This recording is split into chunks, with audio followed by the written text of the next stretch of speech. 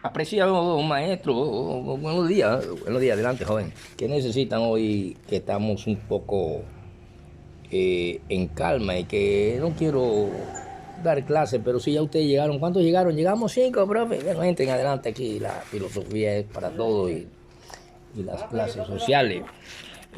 Nosotros podemos empezar una clase o crearla, eso lo hace el pensador debajo de un árbol, debajo del río, en el aire, en el sol mismo, porque nada debe escapar.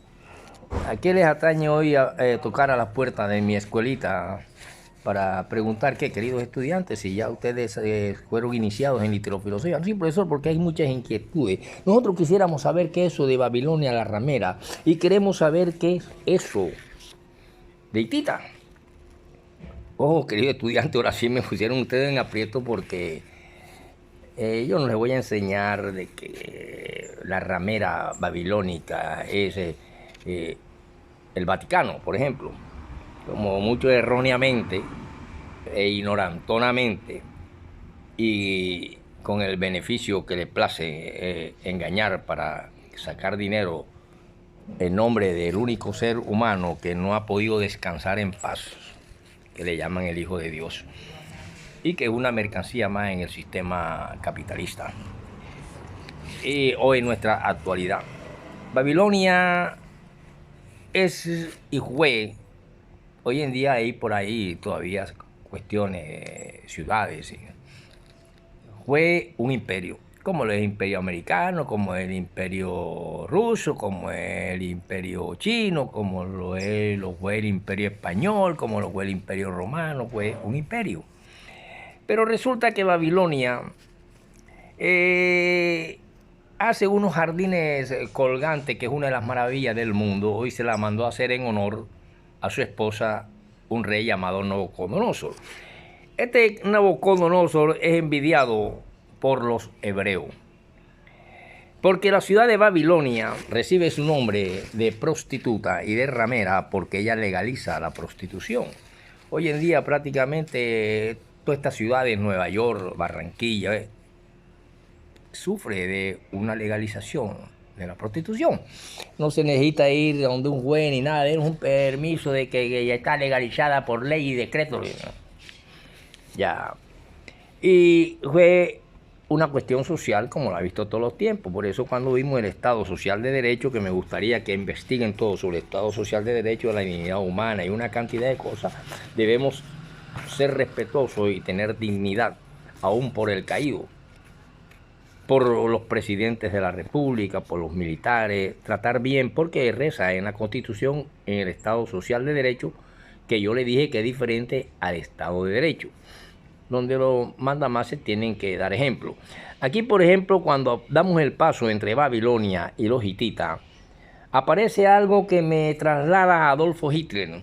Adolfo Hitler fue un hombre que él prácticamente se ve destruido por la naturaleza cuando él, en su afán de búsqueda de petróleo, trató de llegar al Cáucaso, en Rusia. Y el Cáucaso, imagínense usted donde están las reservas de petróleo más grandes del mundo, una de las más grandes. Si él llega ahí, ¿qué hubiera sido? Pero la naturaleza hizo que sus armas se congelaran. Por lo tanto, cuando yo llego y quiero hablarle de Babilonia, tengo que hablarle de la neobabilonia. Hoy se habla del neoliberalismo, se habla de la neobabilonia, porque primero que todo existió una cuestión que se conoció como el Imperio Caldeo o Neobabilónico, y da paso a la civilización neobabilónica para poder entender y no hablar solamente de Babilonia, ya sea ramera o ya sea santa. Por lo tanto, una cosa es una cosa y otra cosa es otra cosa. Y profesor, ¿pero por qué no traslada eso a los hititas? Sencillamente porque allá por el Mar Negro y los Caspios, en los Balcanes, se encontró y se originó los hititas. Y entonces ya vemos que esta Babilonia, que es un imperio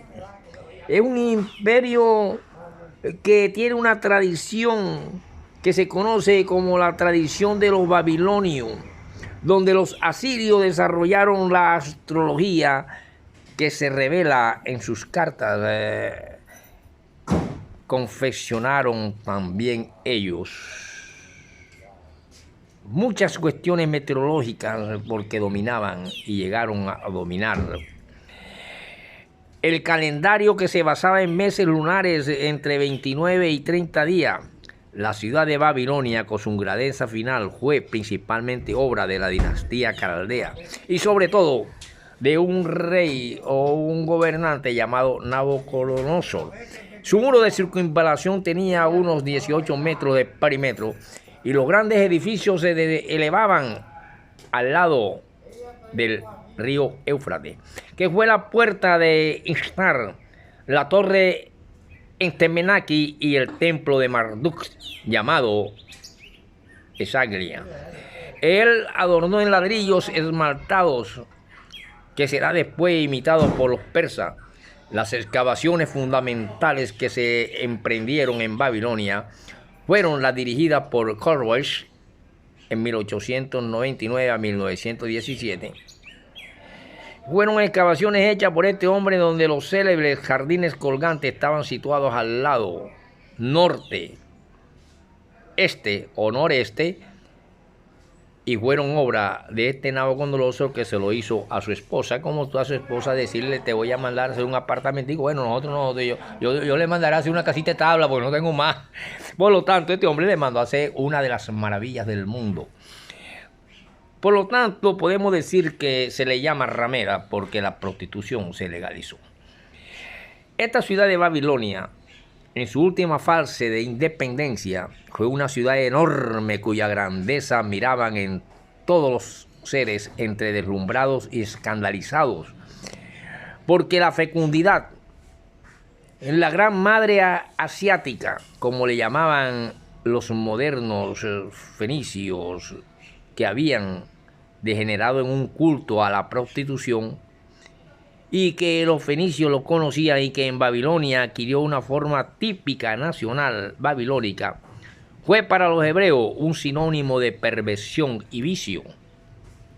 Y al ser un sinónimo de perversión y vicio, ellos vienen también a sentir, no envidia, pero sí a sentir no agrado con la astrología, que era una erudición arqueológica de gran desarrollo y de avance en esta ciudad como en otras civilizaciones que se convierten en decrépitas como una nostalgia del pasado. Estos babilónicos dominaban las matemáticas y estuvieron tan adelantados en el conocimiento que, además de la numeración decimal y la elevación a potencia de las radicales y las ecuaciones algebraicas que aplicaban para medir las áreas de los campos y el calendario preciso, se basaba en meses lunares entre 29 y 30 días. Hoy, ¿cuántos tienen nuestros meses? Y por lo tanto ya siglos y siglos y siglos antes de Cristo, 539, 560, 540, esta ciudad que tiene su caída en manos de los persas, que se produjo en aquellos tiempos de 1539 a.C., vimos cómo Ciro no destruyó a Babilonia y se presentó en ella como amigo de la casta sacerdotal y protector del dios Marduka. El rey Aquemina, a quien con precipitaciones se supone fiel creyente en la religión de Zoroastro, ojo, este Zoroastro era divino, era en realidad un imperialista oriental preocupado por anexionar ciudades con sus correspondientes dioses extranjeros. Y ahí viene la caída de Babilonia en manos de los persas. Por lo tanto, cuando nosotros vemos consumirse la decadencia del Estado babilonio, sube al trono Nabonidus allá en el año 555 al 538. Gracias, profesor. Se las voy a dejar ahí porque esto da para 4, 5, 6 clases para poder decirle algo acerca de las civilizaciones del Asia Menor como esta y los famosos hititas, de que grandes historiadores he visto hablar. Y somos producto y nuestra educación de determinadas clases que imponen la educación, y por eso nace la lucha de clase en el salón, donde a veces un maestro, un profesor es el primer enemigo de un estudiante porque trae un programa de unas estructuras educativas donde el estudiante va a absorber aquello que le está influyendo un imperio o una educación subordinada.